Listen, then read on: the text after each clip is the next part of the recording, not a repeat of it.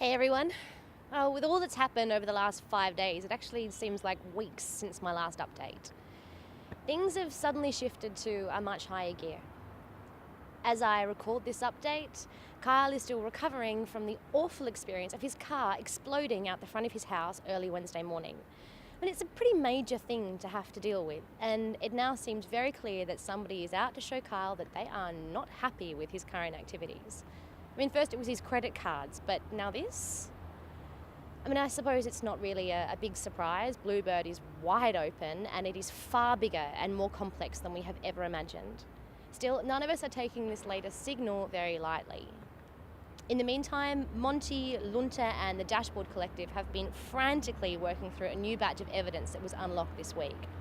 Jack in the Box cracked the password for Harrison Wild's personal folder from the Bluebird intranet, which led to Paul Kruger's file being unlocked, as well as 3 new sets of video files showing more secret meetings between Kruger and Wild.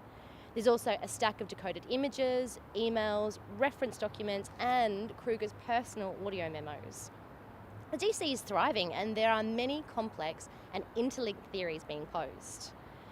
We're getting closer and closer to finding out the what, the how, and the when for Bluebird. But as always, I implore you to help us gather as much support as possible.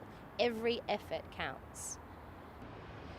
It's taken me a couple of days to really get my head around all of this. There's just so much to absorb and to contemplate. But the one thing that is sticking in my mind is Bogan's recent theory on the DC about Bluebird being a hose to the sky for pumping sulfates into the stratosphere.